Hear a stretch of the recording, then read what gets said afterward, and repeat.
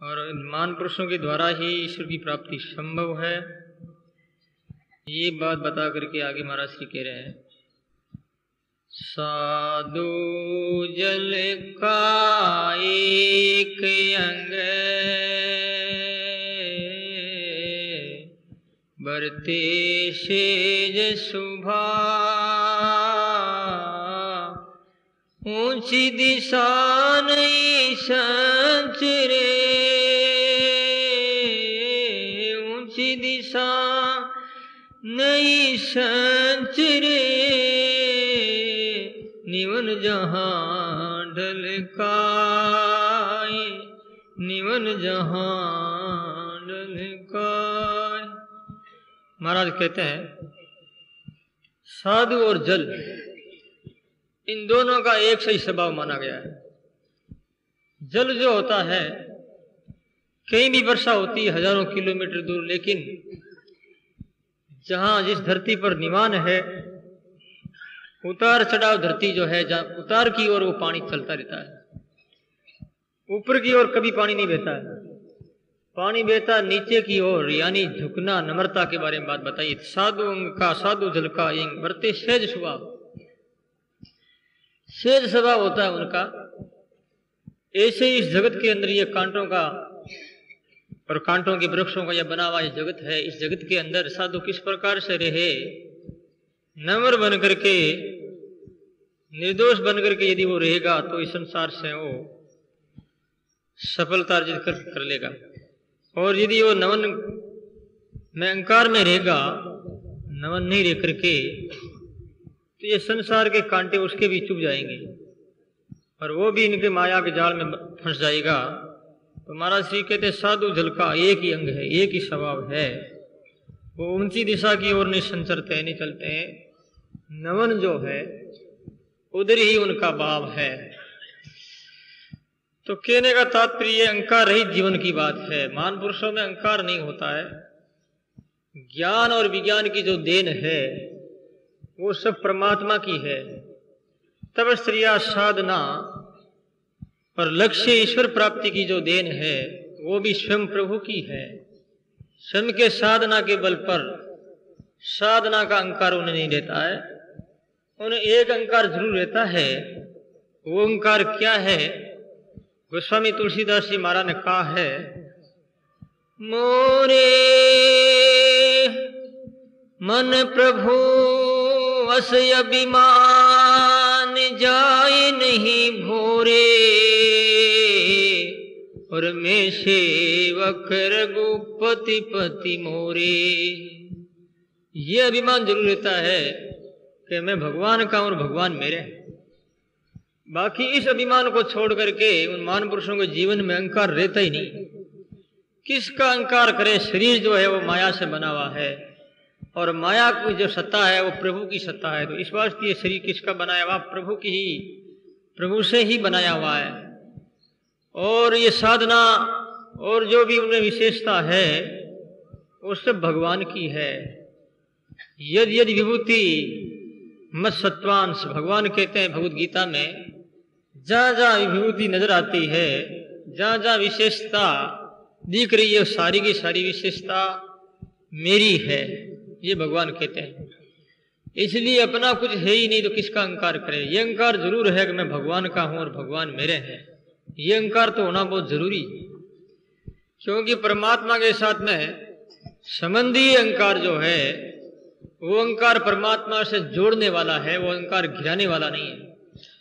गिराने वाला जो अहंकार होता है उससे ही आदमी का पतन होता है, उससे साधक की हानि होती है। तो महाराज श्री कहते हैं ऐसे संत जो होते हैं, दरिया नाके पोल के पंछी आवे जा, ऐसे साधु जगत में, ऐसे साधु जगत में बरते सेज सुभाव, बरते सेज शोभा। बोलो राम। आचार्य श्री पक्षियों का उदाहरण देते कहते हैं, जैसे कि पोल में मकान के मेन गेट में से पक्षी आता है, कोई चिड़िया कबूतर, ऊपर से ही बिना डिस्टर्ब किए ही ऊपर से ही आते हैं, ऊपर से ही चले जाते हैं। ऐसे ही संसार के अंदर साधु रह करके भी संसार को नहीं तकलीफ देता हुआ, किसी के भी प्रतिकूल नहीं होता हुआ इस जगत में रहना चाहिए। ऐसे साधु जगत में महाराज कहते हैं बरते सेज स्वभाव। सेज स्वभाव बरतता है। सेज स्वभाव का मतलब प्रकृति के साथ में मिल जाता है। वो स्वयं का आग्रह और स्वयं का दूसरा कोई आरंभ का श्री गणेश नहीं करता है, क्योंकि आरंभ का श्री गणेश करना उस आरंभ में जाल बिछा और जाल में फंसना है। इस वास्ते स्वयं की तरफ से कुछ नहीं होता है, जो करने वाले वो करते हैं। सब में न संकल्प होता न स्फुरणा होती है। भक्त लोग ही उनसे जो करवाते हैं वो होता है। वो स्वयं अपनी तरफ से उनका कोई किसी प्रकार का आग्रह नहीं होता है। स्वाभाविक जीवन होता है उनका। स्वाभाविक जीवन जो होता है वो आदमी सुखी होता है।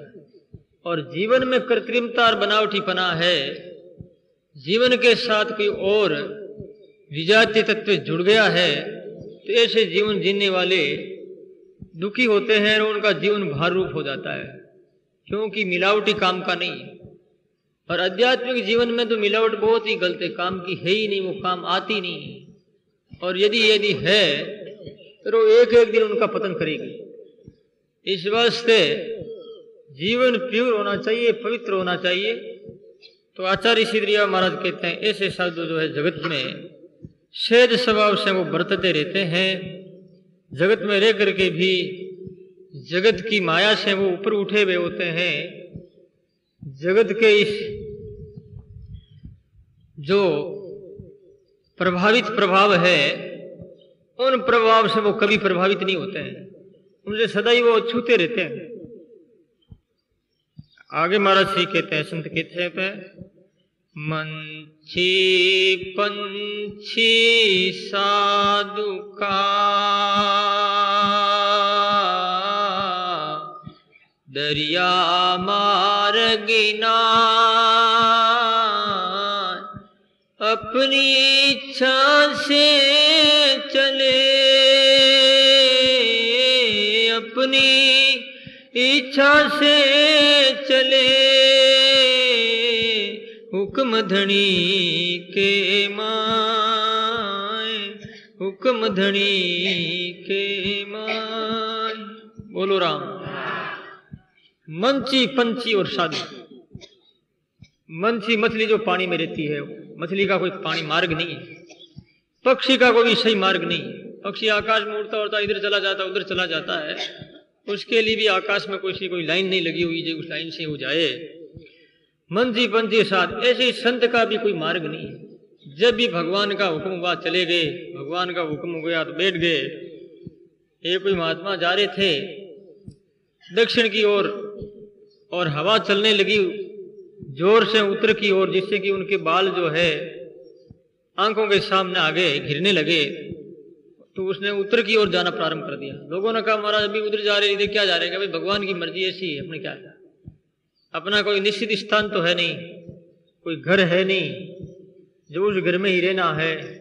जैसे भगवान करते हैं करवाते हैं, जैसे उनकी प्रेरणा है उसी के अनुसार हम तो करते हैं। हम तो कठपुतली है परमात्मा का, भगवान की कठपुतली बन जाता है। भक्ति शरणागति है। शरणागति की जो चाल होती है वो हुक्म धनी का है। धनी का हुक्म जरूर है, इसका मतलब ये नहीं कि संत स्वतंत्र हो गया तो उच्छृंखल हो गया, कर्तव्यहीन हो गया, ऐसी बात नहीं है। स्वतंत्रता का मतलब है इस द्वंद्वों से, माइक प्रपंचों से स्वतंत्र है। लेकिन परमात्मा के तो धनी के धनी तो भगवान है, उनका परमात्मा के हुक्म में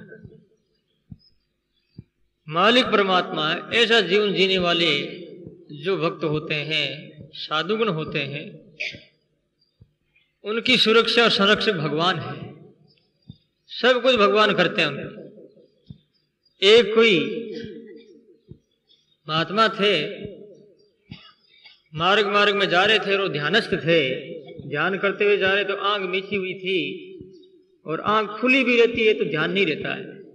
जब परमात्मा में परमात्मा की मूर्ति स्वरूपाकार वृत्ति होती है, ऐसी स्थिति में आंख खुली और इंद्रियां अपने अपने काम करती हुई भी इंद्रियों के विषय जो है, उन विषयों का जो भान है वो भान नहीं रहता है। चलते हुए भी चलने की क्रिया जो है, उन क्रिया का अनुभव नहीं होता है, क्योंकि क्रिया का जो अनुभव है, अंदर ध्यान जो चल रहा है, एक ही परमात्मा का ही क्रिया का अनुभव, ध्यान क्रिया का अनुभव रहता है उन्हें। चलन क्रिया आंख देखती है, अपने को भी नहीं रहता है, आंख किधर देख लेती, शरीर हिलता रहता है, पैर हिलता रहता है, ये सब स्वाभाविक होता है। लेकिन कुछ कुछ काम ऐसे हैं जो हम स्वयं कर्ता बन जाते हैं, कर्ता बनने के कारण से परिणाम फल मिलता है, सुख और दुख। इस वास्ते भगवान कहते हैं कर्ता मत बनो। तो वो महात्मा ऐसे थे, अपनी स्वयं की क्रिया में वो कर्ता नहीं थे, यानी जो है वो उनकी सारी क्रियाएं भगवत इच्छा अधीन होती थी। स्वयं के लिए स्वयं कुछ नहीं करता। तो एक दिन वो निकले तो मार्ग में कोई मियाँ और बीबी आ रहे थे, तो पता नहीं था उस टक्कर लगी स्त्री के स्पर्श हो गया था, इसे उसको क्रोध आ गया तो महात्मा के 2 थप्पड़ मार दी। महात्मा ने जानकर कोई किया नहीं, मार्ग जा रहे थे और वो ध्यानस्थ थे, उन्होंने थप्पड़ मार दी उसके पति ने। तो महाराज कुछ नहीं बोले, आगे बढ़ गए, क्योंकि हुक्म धनी के मां, परमात्मा का हुक्म है, स्वयं का हुक्म नहीं, स्वयं की स्वतंत्रता नहीं है। उसने 2 थप्पड़ मार दिया तो वो जो है मारने के कारण से भगवान को इतना क्रोध आया कि वो आदमी मूर्छित होकर के नीचे गिर गया और उसे ताने आने लग गई। कभी पैर जो है फैला रहा है तो कभी पैर सिकोड़ रहा, कभी हाथ सिकोड़ता, कभी हाथ फैलाता, यानी जो है तड़चा मारने लगा। उसकी धर्मपत्नी को पता लगा इसने महात्मा का अनादर किया है, महापुरुष का, इसके कारण से इसे जो है ये तकलीफ उठानी पड़ रही है। वो दौड़ी संत के पास में गई और जाकर के चरणों में गिर करके गिड़गिड़ाने लगी, प्रार्थना करने लगी, गुरुदेव माफ कर दो, मेरा पति तो ऐसे ही है, मूर्ख था, आपके मार दिया, लेकिन आप तो संत है, दयालु है। महात्मा ने कहा बेटी तेरा धनी है वो और मेरा धनी है भगवान, दोनों के धनी के झगड़ा है, अपने को क्या करना है, धनी जाने धनी का काम जाने, कि तेरा धनी वो है मियाँ और मेरा धनी भगवान है। अब धनियों के झगड़ा हो रहा है, तू ही मत बोल, मैं ही नहीं बोलूं, अपने तो बोलो ही मत, उनका काम हो जाने। लेकिन बेचारी वो रोने लगी तो उन्होंने भगवान से प्रार्थना की, हे परमात्मा ये आपका जीव है और ये भोला है, नहीं ये पता नहीं था किस प्रकार करने से इसे दंड मिलेगा, इस वास्ते इन्होंने कर दिया है, आप माफ करें। उसके बाद में वो माफ किया गया तो उनकी माफी भगवान ने दे दी और उनका शरीर स्वस्थ हो गया। ऐसे महात्मा जो होते हैं, शेष स्वभाव जो होते हैं, उनका अपनी इच्छा से हुक्म धनी के मान। साधु चंदन बावना एक राम की आस, जन दरिया एक राम बिना, जन दरिया राम बिना, सब जग आक पलास, सब जग आक पलास। बोलो राम। साधु चंदन भावना एक राम की आस, साधु के जो है आशा एक राम की होती। जंदरिया सब जग आंख पलास, जैसे चंदन अच्छा लगता है लोगों को और दूसरे वृक्ष जो आग पाग ढाग केर वगैरह जो वृक्ष है, उन वृक्षों में कोई आकर्षण नहीं रहता है, उनके प्रति कोई लगाव नहीं। एक चंदन के वृक्ष के प्रति लगाव जो चंदन की कीमत और महत्व को जानता है। ऐसे ही परमात्मा की महत्व को जानने वाला परमात्मा के जो भक्त साधुगण है, एक ही परमात्मा की आशा में वो लगे रहते हैं, एक राम की आस। जंदरिया एक राम बिना सब जग आंख पलाश, सारा संसार आंख और पलाश के समान लगता है उन्हें, पर भगवान राम लगते हैं चंदन के समान, एक ही राम की आशा है।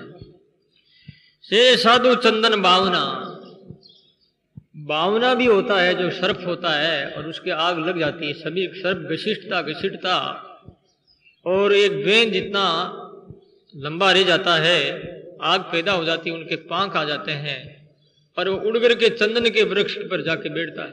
आग पलाश बहुत है लेकिन किसी भी वृक्ष को वो छूता नहीं, चंदन के वृक्ष को छोड़ करके। ऐसे ही भगवत भक्त होते हैं, परमात्मा को छोड़ करके उनका मन किसी में नहीं रहता है, एक ही मन परमात्मा के साथ में लगा रहता है। आशा एक राम की दूसरी आशा छोड़ दे, इसी प्रकार से एक ही आशा में, एक ही शक्ति, एक ही साधना में लगा रहता है। आगे आचार्य सिद्धरिया महाराज बहुत सुंदर बात कहते हैं, नारी के लिए, स्त्रियों के लिए, स्त्रियां जो क्या है और कैसे है और उनके साथ में किस प्रकार से व्यवहार करने के लिए महाराज श्री ने कहा है। नारी आवे प्रीत करे, सतगुरु पर से आन, दरिया हित उपदेश दे, दरिया हित उपदेश दे, माय बेनिधि जान, माय बेनिधि जान। आचार्य श्री कहते हैं कि नारी आवे प्रीत कर, स्त्री भी महापुरुषों के पास में प्रीति करके आती है तो उसको माँ बहन और धी जान करके उपदेश देना चाहिए। उन स्त्रियों में कभी भी अवगुण नहीं देखना चाहिए कि स्त्री है इनका तो मुंह नहीं देखें और ये तो आए नहीं, कोई काम की भी नहीं है। ऐसा यदि कोई करता है तो पाप अपराध का भागी होता है, क्योंकि बड़े बड़े ध्रुव और प्रहलाद और मीरा जैसे, संदरिया और दादू जैसे महान पुरुषों का जो खान है, ये महान पुरुषों को जो प्रकट किया है नारी ने किया है। इस वास्ते नारी, आचार्य श्री स्त्री के लिए बड़े सुंदर ढंग से जो है पेश आकर के कहा है कि नारी है जननी जगत की, नारी जननी जगत की ही, पाल पोख दे पोष, मूर्ख राम बिसार के, मूर्ख राम बिसार के, ताई लगावे दोष, ताई लगावे दोष। नारी जननी जगत की पाल पोष देखो, नारी जननी जगत की जननी माँ है, पाल पालन पोषण करके कुटुंब परिवार को बड़ा करती है और उन्हें योग्य बनाती है, इसलिए जगत की जननी हुई है। माता मदालसा शुद्धोषी बुद्धोषी निरंजनोषी संसार सपनम तजमोह निद्रा। अपने संतानों को आध्यात्मिक उपदेश दे दे करके उन्हें भगवत भक्त बना करके बैकुंठ धाम में भेजा है। ऐसी माँ मदालसा हुई, ऐसी बहुत सी माताएं हुई है। तो आचार्य श्री कहते हैं मूर्ख जो है राम विचार करके दोष लगाता है। एक भाई ने कहा था मेरे से, स्त्री का तो कभी कल्याण होता ही नहीं, गृहस्थी था। तो मैंने कहा इसका मतलब यह तुम तेरी स्त्री से झगड़ा करता होगा, और तो क्या है, तेरे और तेरी स्त्री के आपस में बनती नहीं होगी तो इसलिए तुम कह रहा है। तो ऐसा किस जगह आया, किस शास्त्र में आया कि स्त्री का भला नहीं होता है? नहीं, झूठी बात। कोई कहते हैं स्त्री है तो स्त्री होगी, वो स्त्री लिंग ही, घोड़ी होगी तो गद्दी होगी तो भैंस होगी, गाय होगी, और पुरुष तो पुरुष ही होगा, बैल होगा, सांड होगा। अभी गलत बात है। आत्माएं जो है परमात्मा स्वरूप जो है, प्रकाश स्वरूप, आनंद स्वरूप, आत्मा तो सबकी एक है। अब जैसे जैसे आदमी कर्म करता है और उन कर्मों का जो भोग है वैसे शरीर मिलते हैं मनुष्य को, चाहे स्त्री के मिलो, चाहे पुरुष के मिलो, चाहे पशु पक्षी कीट पतंग के, ये सब कर्मों का फल है। ऐसा नहीं है कि नारी है तो नारी होगी, पुरुष है तो पुरुष होगा, गलत बात। तो सज्जनों, नारी प्रीति करके आते हैं तो उनको उपदेश देना चाहिए। जीव गोस्वामी जी के आश्रम का ऐसा नियम था कि उनकी कुटिया में कोई स्त्री, उनके आश्रम में कोई स्त्री नहीं आती थी, स्त्री प्रवेश निषेध था। स्त्री नहीं आ सकती थी। तो मीरा एक बार उनसे मिलने की इच्छा की। मीरा ने एक आदमी को भेजा और भेजकर के ये कह लाया कि मैं जीव गोस्वामी जी महाराज से मिलना चाहती हूँ, उनके दर्शन करके उनसे कुछ राय लेना चाहती हूँ। जीव गोस्वामी जी ने वापिस कहलाया कि मेरे आश्रम में स्त्री प्रवेश निषेध है, कोई स्त्री आ नहीं सकती। तो फिर मीरा ने जो है एक पत्र लिख करके उस आदमी को दिया है और वो आदमी जाकर के जीव गोस्वामी से मिला और मीरा का पत्र पढ़ करके सुनाया। मीरा ने लिखा कि श्रीमान जी, इस वृंदावन में तो कोई पुरुष है ही नहीं, सब स्त्रियां हैं, एक भगवान कृष्ण को छोड़ करके। मुझे आश्चर्य हो रहा है, तुम एक दूसरे कौन से पुरुष नया उत्पन्न हो गए हो जो तुम अपने आप को पुरुष मानते हो। मैं पुरुष हूं और मेरे आश्रम में स्त्री प्रवेश निषेध है। इसका मतलब यह होता है कि तुम दूसरा पुरुष कोई प्रकट हुए हो। भगवान को कृष्ण को छोड़ करके पुरुष मेरी दृष्टि में कोई है ही नहीं। मीरा ने लिखा था। जीव गोस्वामी जी के भाव बदल गए, हृदय परिवर्तन हो गया और उस आदमी से कह दिया कि मीरा के लिए कोई निषेध नहीं, वो आ सकती है, क्योंकि उनकी भावना तो ये कृष्णमय है, न स्त्री है न पुरुष है। जब तक ये वर्ग भेद की भावना है, आश्रम और वर्ण भेद की भावना है, तब तक कल्याण नहीं होगा। क्या स्त्री हो तो क्या, पुरुष हो तो क्या, सब में परमात्मा संत तो यहां तक कहते हैं श्री राम मही सब जग जानी और करहूं प्रणाम जो जुग पानी। श्री राम में सब जग जानी, श्री राम है और कोई है ही नहीं, क्या स्त्री क्या पुरुष, कुछ नहीं, एक ही परमात्मा का रूप है। और स्त्रियों ने जितना काम किया है शायद पुरुषों ने किया जरूर है, लेकिन इनको हे दृष्टि से देखा गया है। इस बात से यदि तुलनात्मक ढंग से देखा जाए तो ये स्त्री नारी भी कभी भी पुरुष से कम नहीं रही, हर कार्य में हर क्षेत्र में आगे रही है।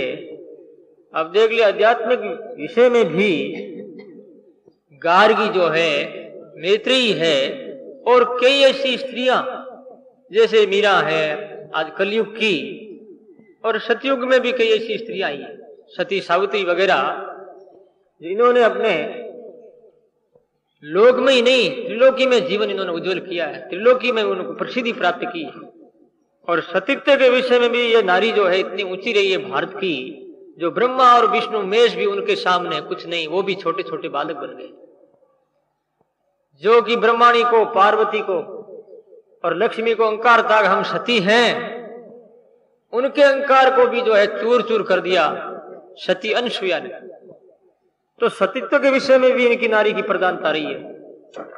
तो और शूरवीरों के विषय में तो नारी की क्या कहने की बात, शूरवीर भी ये बहुत हुई। महारानी लक्ष्मी देख लो आप, जो कि इस देश के लिए, राष्ट्र के लिए, स्वतंत्रता आजादी के लिए स्वयं जो है हाथी पर बैठ करके, घोड़े पर बैठ करके शत्रुओं का सामना किया है और अपनी जान की बाजी लगा दी, लेकिन शत्रुओं के सामने अपना सिर नहीं झुकाया। तो ये नारी तो हर प्रकार से आगे रही, ऐसी बात नहीं। अब ये पुरुष जो है इस नारी जगत को हे दृष्टि से देख करके इसको अपने अधीन रखना चाहता है और अपना एक खिलवाड़, एक खिलौना बना करके घर में रखना चाहता है, एक मनोरंजन समझ करके इनके साथ में इतना ही व्यवहार है, आगे इनकी कोई प्रवृत्ति नहीं, कोई इनके लिए कोई राय नहीं है, इनके लिए कोई आगे जो है करने की वो चेष्टा नहीं कर रहा है। तो ये उनकी बड़ी भारी मूर्खता है।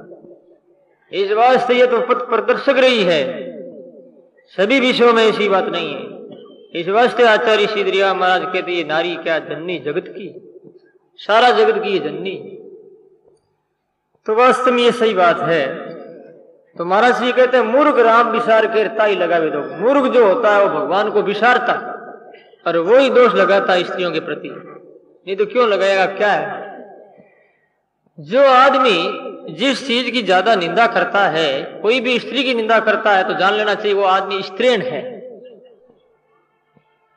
जो बहुत काम की निंदा वो करता वो आदमी कामी होता है। ऐसा ये मनोवैज्ञानिकता इसमें।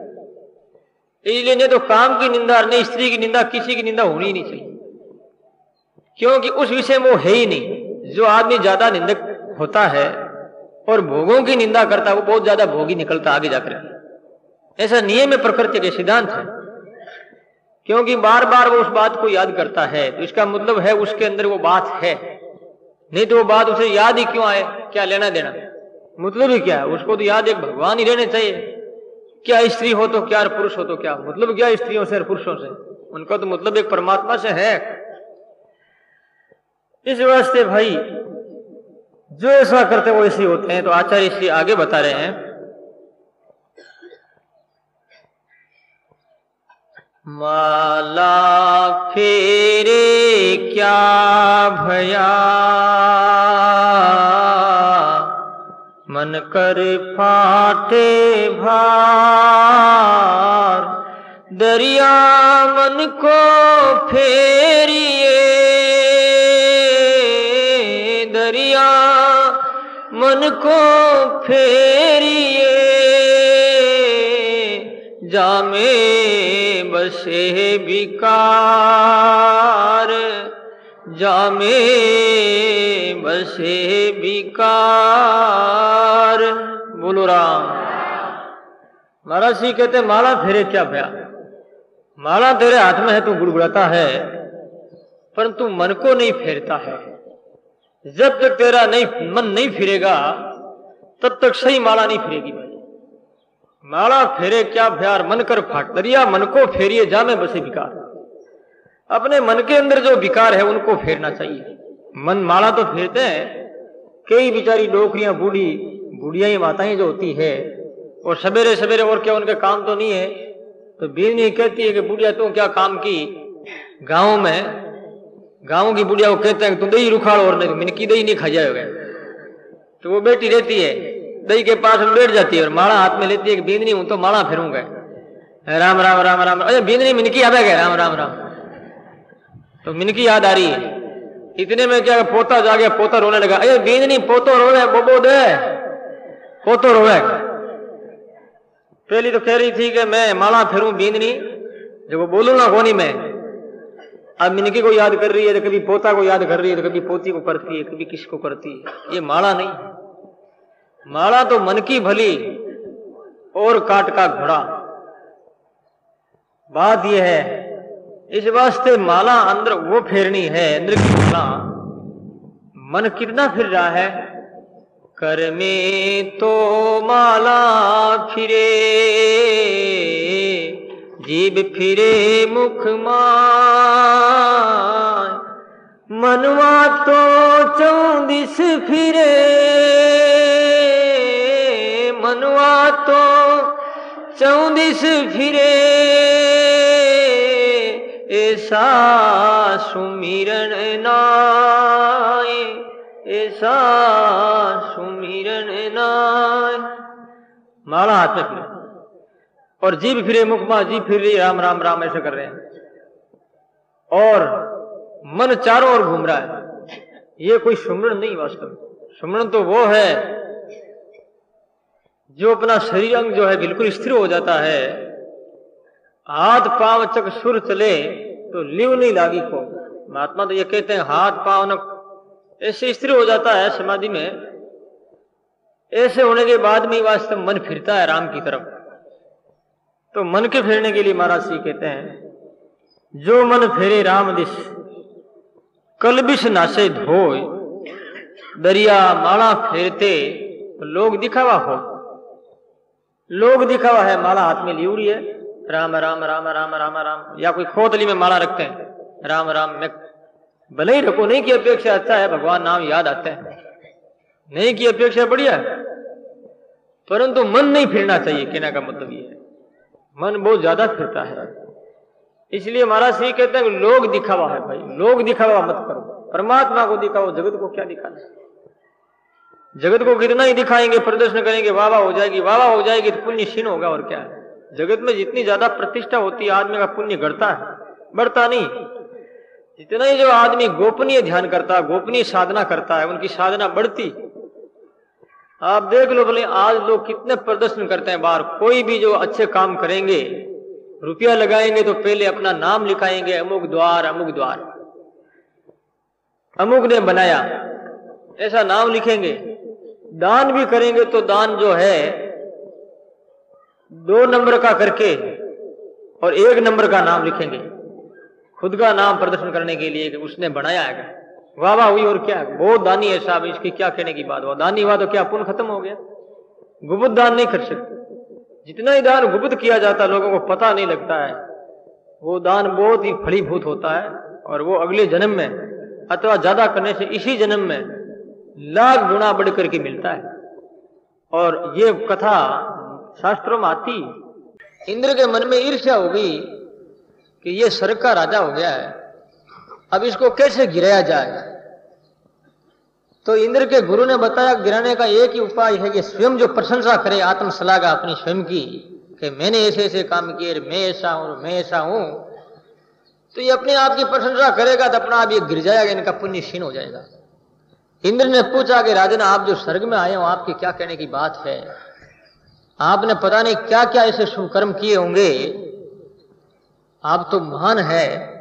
याति राजा को जब ऐसा कहा तो याति राजा ने कहना प्रारंभ कर दिया, मैंने इतना दान किया था, फलाने जगह इतने यज्ञ किए थे, अमुक तीर्थ पर इतने दान किए थे, गरीबों को दिया गया, ऐसी ऐसी परिस्थितियां उलझी हुई थी, अरबों रुपया खर्च करके परिस्थितियों को सही बनाया, सुलझाया गया।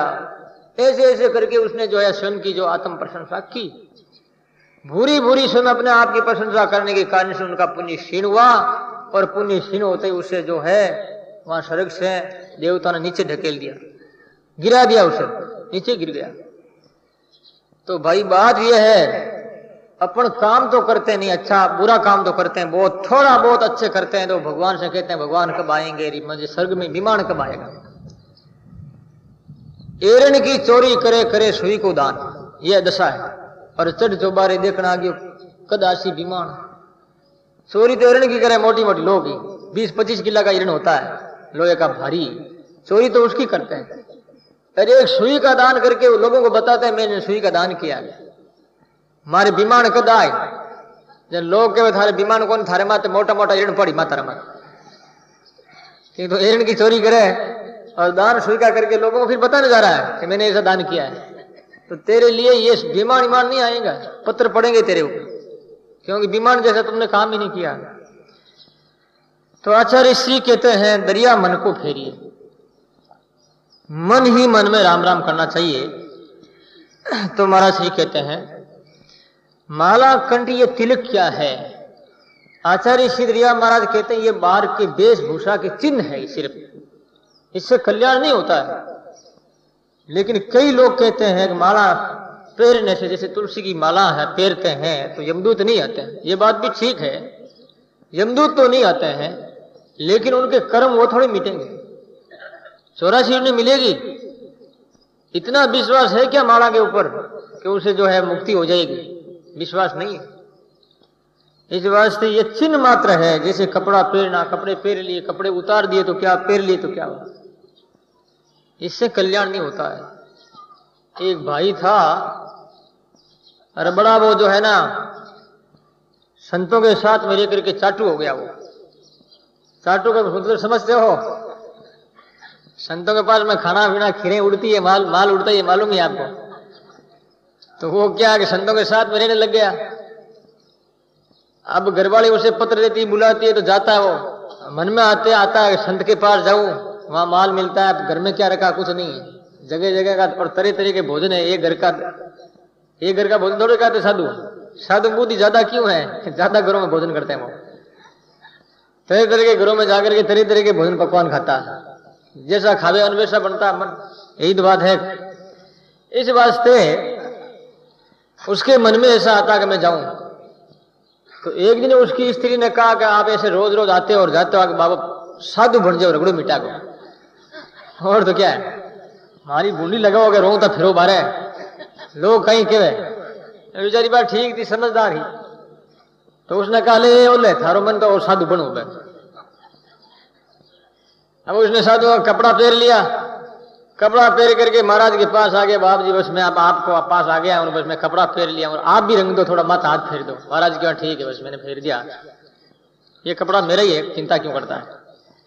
अब कपड़ा मन में आई स्त्री की बच्चों की कि बाप जी लुगाई मन में आवे कि अब जाओ पास। महाराज कह रहे क्यों, तुम तो कपड़ा पहन लिया नहीं, कि कपड़ा पहन लिया तो भले ही पहन लिया, बाप जी कह मैं जाऊं। महाराज ने कहा भाई जा भाई थारी इच्छा है। चला गया, वो चला गया, घर गया तो कपड़ा कैसे पहने, वही जो है धोती और कमीज पहन के गया, जो थैली में रख रखा था एक सरा, कि शायद घर के मन में आ जाए और घर में धोती और कमीज पहन के जाऊं। भगवा कपड़ा पहन दे तो घर वाले रहने कैसे दें कि बाबा यहाँ आगे बन करके, मेरे घर में तेरा कोई स्थान नहीं है। इस वास्ते तो धोती और कमीज पहन के गया। ऐसे कई बार उसने किया, स्त्री ने भी बहुत कहा, मानता नहीं है, संत महात्मा ने कहा नहीं माना। एक दिन संतों ने विचार किया कि साला ये तिलक छापा और कपड़ा तो क्या है, ये बार बार धो देता है और कपड़ा बदल देता है, तो ऐसा इसका इंतजाम करो, स्थायी इलाज कर दो इसका, फिर घर जैसे जाने लायक ये रही नहीं। तो इस तरह ऐसा इलाज किया उसका। नातों के चक्कर में आया वो, नात क्या करते हैं, वो जो कान ना, कान छेद कर देते हैं बड़ा बड़ा और कुंडल पहरा देते हैं, फिर क्या करेगा। तो नातों के चक्कर में आया, नातों ने क्या भाई क्या बनेगा, शायद नात बनेगा, हमारा नात बनूंगा, कि यहाँ इधर दो नात पकड़ लिया उसको मजबूत, और उनके नात जो गुरु था, गुरु ने क्या किया, जोर से सलाया गाल करके छेद कर दिया, उन्हें छेद करके कुंडल गाल दिया। तो अब क्या करेगा वो, अब हो गया मुश्किल। अब थोड़ा दिन में उसके कान ठीक हुए और मन में आई कि फिर वापिस घर याद आया, पर याद तो अब करे क्या। जरा बेचारे उसने कहा कि तिलक छापा कपड़ा धोई दिया और कान दिया, कान फाड़िया बोई दिया, यानी जो तिलक छापा धोई दिया और कान फाड़िया बोई दिया। तिलक छापा तो मैं धोई ले तो कपड़ा परिवर्तन कर ले, तो अब कान फाड़ दिया मैंने, बोई दिया, काली धार गए, अब मैं घर जाने लायक नहीं रहा हूं मैं, कान फाड़े मैंने नहीं माने। तो ये जगत ऐसा ही है। तो महाराज सिद्धरिया महाराज कहते हैं ये सब जो है ऊपर के चिन्ह है, इन चिन्ह को ही सर्वस्व मान करके यदि कोई मान लेता, साधु बन जाते हैं। पर ऐसा मान लेते मैं तो साधु बन गया, मारो तो भलो होगी, और भला करने के लिए बहुत काम भी बाकी पड़ा है, अभी साधना करनी है। तो आचार्य श्री कहते हैं कि इससे भी पार नहीं पहुंचता है। और आगे बात बताई, केवल साखियां सुना करके अथवा प्रवचन करके ही ये भी नहीं है, जीवन में क्रिया में उन बातों को लाना है। जीवन में जब तक बात नहीं घटाएंगे तब तक जीवन दिशाहीन है। चाहे कितना ही वो शास्त्र का ज्ञानी है अथवा सुनने वाले श्रोतागण सुनते भी हो, जब वो बात जो है जीवन में नहीं घटाएंगे तो शांति और सुख नहीं प्राप्त होगा। जीवन में घटने पर भी सुख की प्राप्ति होती है। लोग कहते हैं हलवा बड़ा अच्छा होता है, बढ़िया होता है, सुन लेते हैं, हलवा करके थाल भी पुरुष दिया जाता है और खाते नहीं है ना तो भूख नहीं शांत होगी, शुद्ध निवृत्ति होगी भोजन के प्रसाद पाने के बाद में। इस वास्ते सुनते हो करना चाहिए और कहते हो तो करना चाहिए। महाराज श्री करने के लिए प्रेरणा दी है। तो आगे बात बता रहे हैं, साक जोग पीपल गति ही बिघन पड़े बहु आय, बावली लागे गिर पड़े, बावली लागे गिर पड़े, मंजिल नहीं पहुंचे कोई, मंजिल नहीं पहुंचे को। महाराज जी कहते हैं सांग योग पीपल गति, ज्ञान योग और भक्ति योग के विषय में बात बता रहे हैं। ज्ञान योग जो है भक्ति अपेक्षा, भक्ति की विषय अपेक्षा जो है तुलना में कठिन है और भक्ति सुलभ है। इस वास्ते आचार्य श्री कहते हैं सांख्य योग पीपल गति, जैसे चिंची कीड़ी होती है और वो पेड़ के ऊपर चढ़ती है, बावल हवा जो लगती है और नीचे गिर जाती है, फिर वो ऊपर चढ़ती हवा चलती है नीचे गिर जाती है।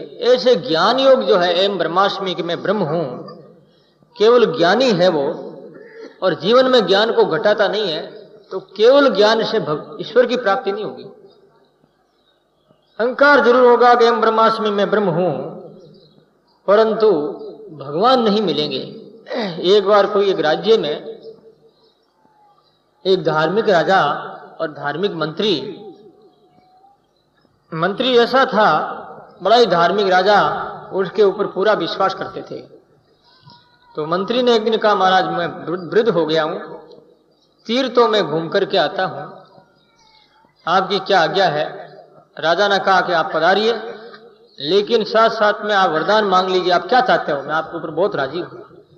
तो उन्होंने कहा, राजा वो मंत्री था वो ब्रह्मज्ञानी था। ब्रह्मज्ञानी था तो मंत्री ने क्या, महाराज जो ब्रह्मज्ञानी है उनसे आप कर नहीं लेवे, टैक्स नहीं वसूल करें, उनसे टैक्स वसूल तो आप माफ कर दें। तो बोले ठीक है। पुराने जमाने में पैदल यात्रा होती, बहुत समय लगता सभी तीर्थों में। भारत बहुत लंबा चौड़ा है, भारत के अभी कई टुकड़े हुए हैं। पहले भारत तो एक ही था, तिब्बत, चीन, जापान, जितने जो देश थे वो सब मिलकर के बीच में समुद्र जरूर होता था, लेकिन बहुत लंबा भारत था ये। तो तीर्थों में परिभ्रमण करने से बहुत समय लग गया।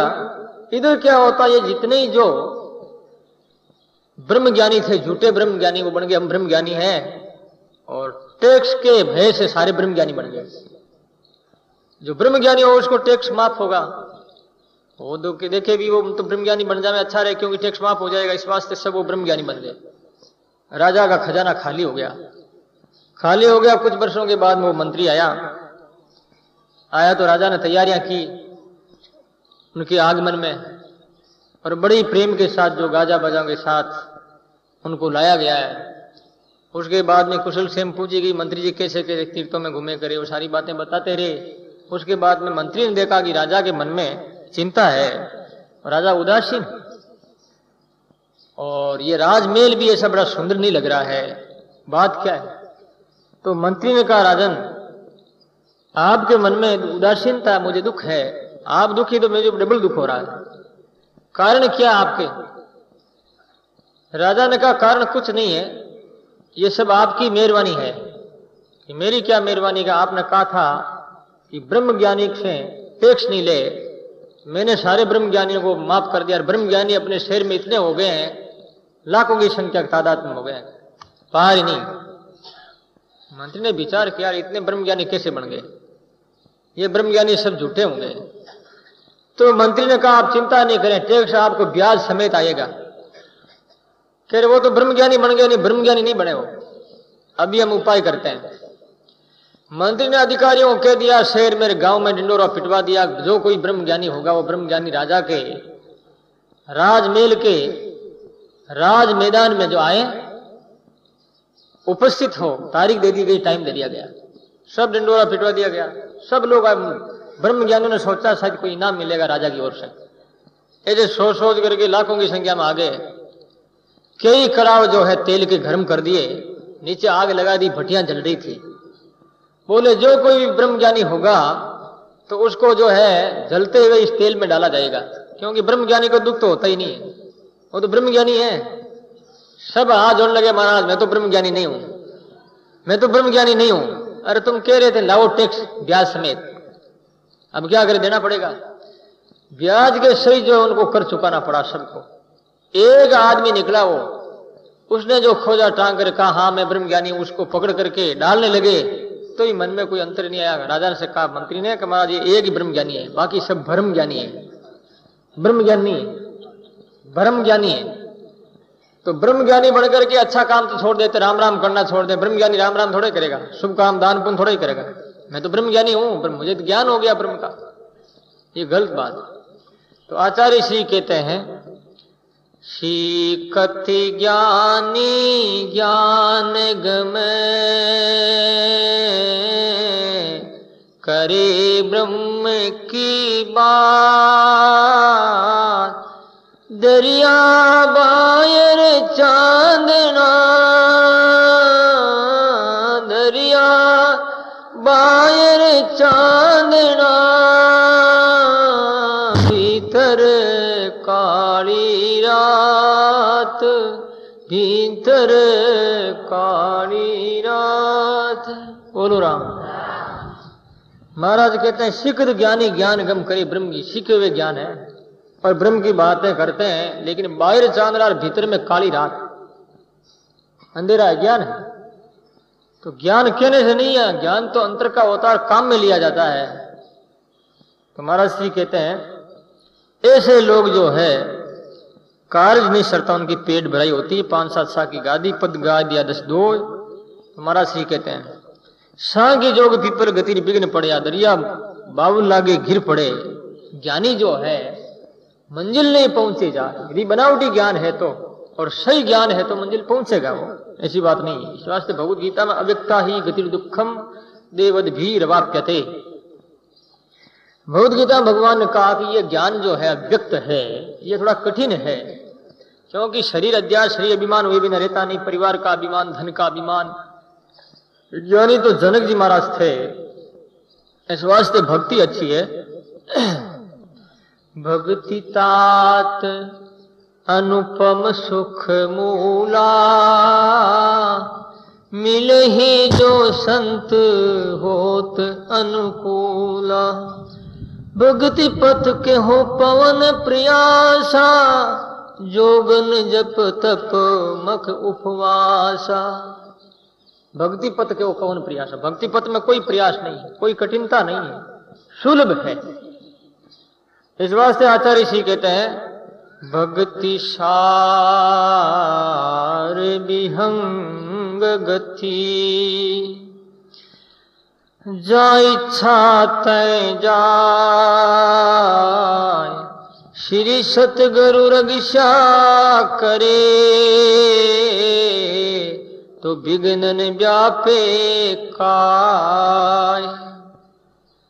भक्ति सार्वभीम गति, भक्ति सार्वभीम गति का मतलब है पक्षियों की गति। पक्षी जो होता है ना आकाश में उड़ जाता है, और चींटी कीड़ी होती है पेड़ का आधार मान करके चलती है, हवा चल लगती है ना वो नीचे गिर जाती है, ये हुआ ज्ञान योग।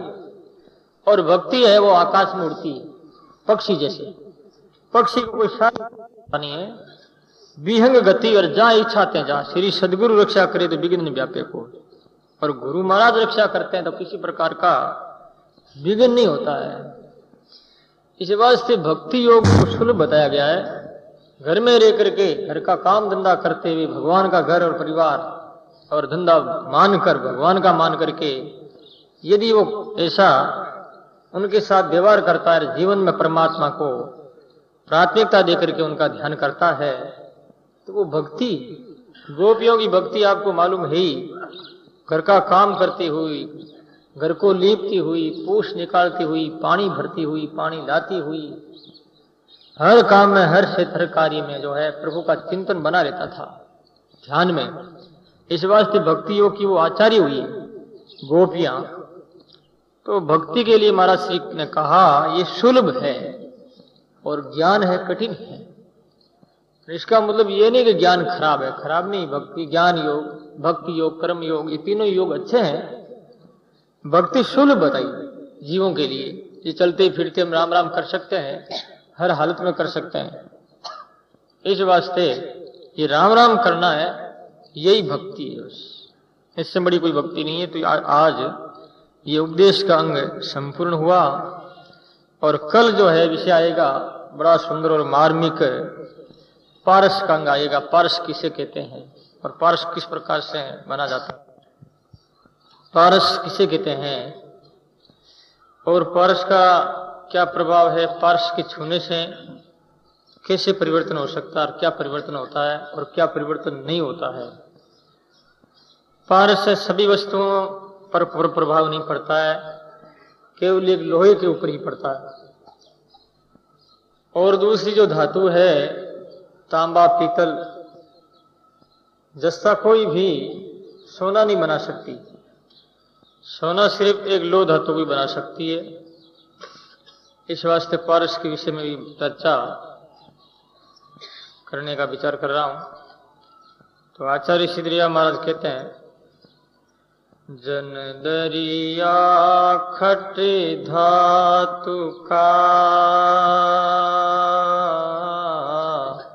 पारस पारस किया ना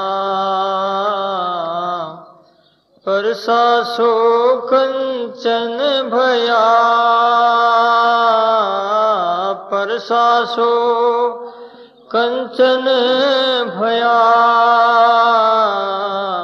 एक रंग एक भाव, एक रंग एक भाव। आचार्य जी कह रहे हैं खट धातु 6 धातुओं से मिलकर के पार्श बनती है, और पार्श भी कितनी कठिन से बनती है।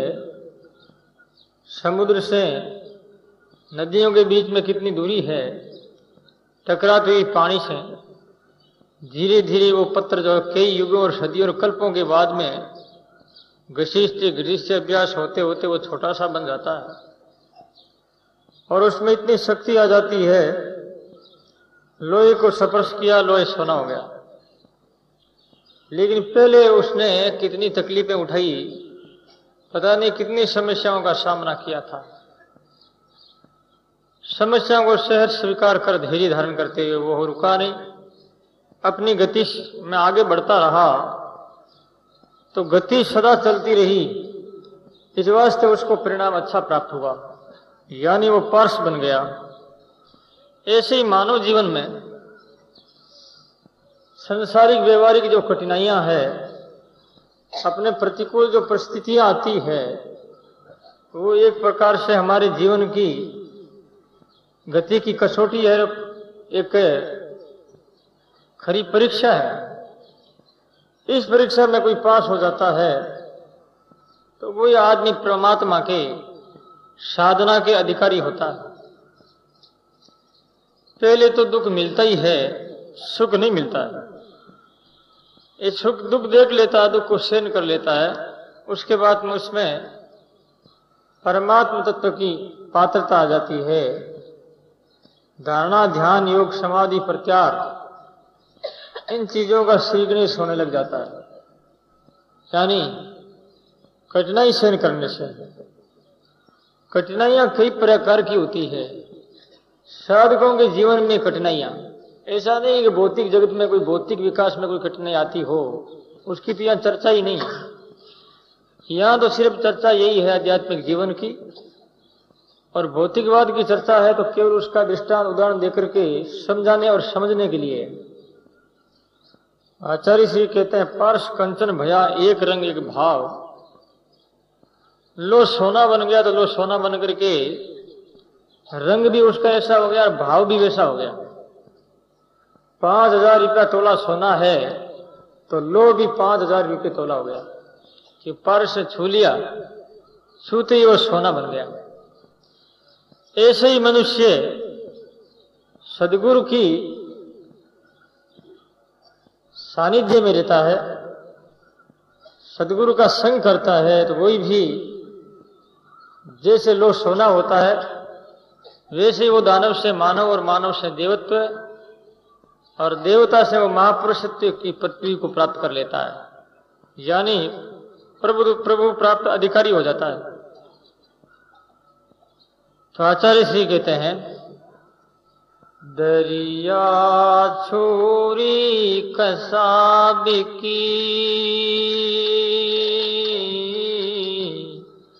पारस पर से सो लो पलट कंचन भया, लो पलट कंचन भया, आमिष भकाहन जाए, आमिष भकाहन जाए। बोलो राम। महाराज कह रहे हैं छुरी होती लोहे की, दूसरों के गला काटने की, जंतुओं के पशुओं के बकरा वगैरह इत्यादि के, वो छुरी बहुत खराब होती है और उनकी धार जो जानलेवा धार होती है। परंतु वही जो छुरी जो है सोने से मन जाती है, सोना हो जाती है स्वयं, तो कोमल हो जाती है, एक कंचन एक आमी के भगा न जाए। फिर उसी छुरी के द्वारा जो है, लोहे की छुरी जैसे काम करती है वैसे सोने की छुरी काम नहीं कर सकती। उनकी धारा इतनी अच्छी नहीं होती है, कोमल भी होती। ऐसे ही मनुष्य दानव जैसा आचरण था और मान पुरुषों का संग किया तो एक साधु लक्षण उभराया। साधु जीवन में आकर के साधुता के प्रति आदर हुआ और स्वयं साधु बन गया। उसके बाद में दानवों के राक्षसों के व्यवहार ऐसा व्यवहार सदा के लिए छूट गया। इस वास्ते महाराज कहते हैं आमिष बका नहीं जाए। दरिया छुरी कसाब की, कसाब नाम कसाई की छुरी जो बकरा काटने के काम आती थी, उस छुरी पर पार्स लगा दिया, सोना की हो गई तो वो बकरा नहीं कट सकता। अब वो इतनी कीमती वस्तु को बकरा काटने के लिए थोड़े रखेगा। और दूसरी बात, वो धारा भी इतनी ठोस मजबूत नहीं होती है, कमजोर हो जाती है, तो वो काम की नहीं रहती है। मनुष्य को मारने में, काटने में काम नहीं आता। फिर सोना लोहे काम आता। ऐसे अपना शरीर जो है देवी अशुदा यानी देवी संपदा से रिक्त होकर के असुरी संपदा को प्राप्त है। राक्षसी स्वभाव जिसे कहते हैं, ऐसा स्वभाव मानो एक प्रकार का लोह है। और देवी संपदा को प्राप्त हो जाने के बाद में जैसे मानो एक प्रकार से सोना हो गया है जीवन, तो आचार्य श्री कहते हैं जीवन को सोना बनाना चाहिए और वो संग करने से होता है। लोह ने पारस का संग किया, थोड़ा बहुत भी अंतर रह जाता तो वो लोहा सोना नहीं बनता। इस वास्ते संतों ने बताया महापुरुषों से केश जीता जो आंतरा, जो सदगुरु से सिख हो। केश जिताई यानी जो है बाल जितना भी अंतर, अंतर का मतलब अंदर में जो भावना में अंतराय आ जाता है, असज्जा उत्पन्न हो जाती है, अंतर हुआ। अंतर कोई शरीरों से नहीं है। शरीर से ही महापुरुष का हजारों किलोमीटर दूर हो, उससे कोई मतलब नहीं।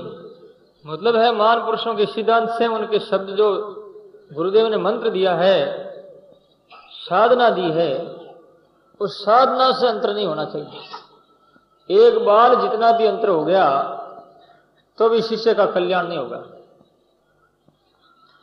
साधना में सदगुरु में कोई अंतर नहीं है। सदगुरु की जो साधना है, ध्यान मंत्र, वही सदगुरु रूप है। इसलिए यहां पर आचार्य श्री ने सदगुरु के बारे में बात बताई। लोहो काला भीतर कठिन,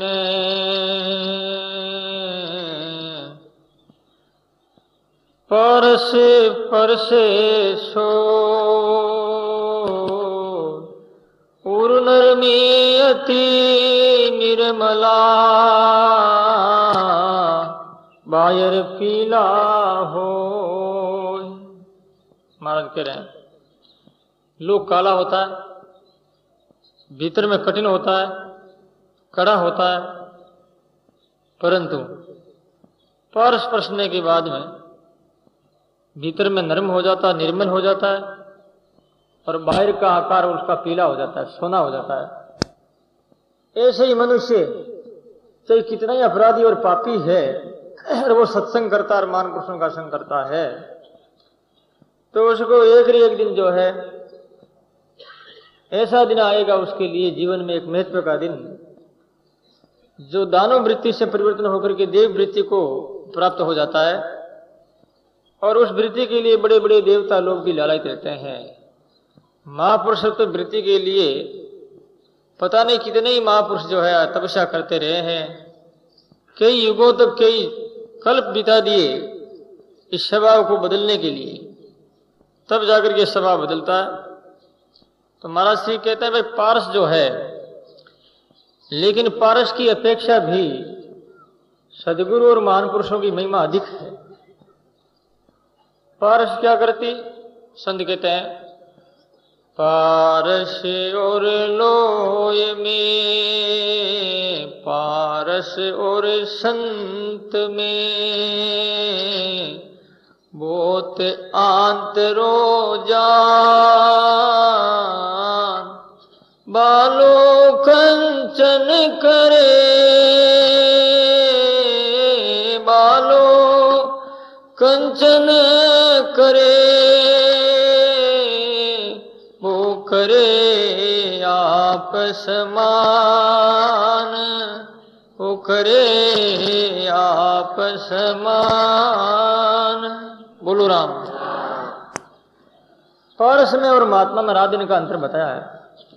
पारस तो केवल लोगों को सोना बनाती है, लेकिन पारस नहीं बना सकती। और संत जो है जीव को संत बना देते हैं। दुनिया में ऐसे लोग हैं सभी, और प्राय साधारण ज्यादा संख्या में मिलेंगे, जो अपने से बड़ाई को प्राप्त पुरुष को देखना नहीं चाहेंगे, अपने से छोटे देखने चाहते हैं, छोटे बनाए रखना चाहते हैं। यानी धन में अर्थ में भी मेरे से ज्यादा करोड़पति नहीं हो, बल में भी, पद में भी, और जनशक्ति में भी। हर आदमी दूसरे व्यक्तियों को अपने से छोटा देखना चाहता है, छोटा करना चाहता है, अपने बराबर किसी को नहीं देखना चाहता, अपने ऊपर तो देखना ही नहीं चाहता है। लेकिन एक संत ऐसे हैं कि वो शिष्य को गुरु बना देते हैं। मानव से शिष्य बनाया और शिष्य से गुरु बनाया, अपने बराबर बना देते हैं, अपने से भी बढ़ करके बना देते हैं। कितनी उदारता है महापुरुषों में। अपने से वो नीचा रखना नहीं चाहते कि नहीं तुम मेरे से भी मान बन जाओ, परमात्मा को प्राप्त कर लो। कहने का भाव यह है कि लोहा जो है सोना बन सकता है, लेकिन पारस को छू करके वो पारस नहीं बन सकता। इस वास्ते पारस और संत में बहुत अंतर आ जाता, इसलिए अंतर बताया है। संत कहते हैं पारस के परसित है कंचन कंचन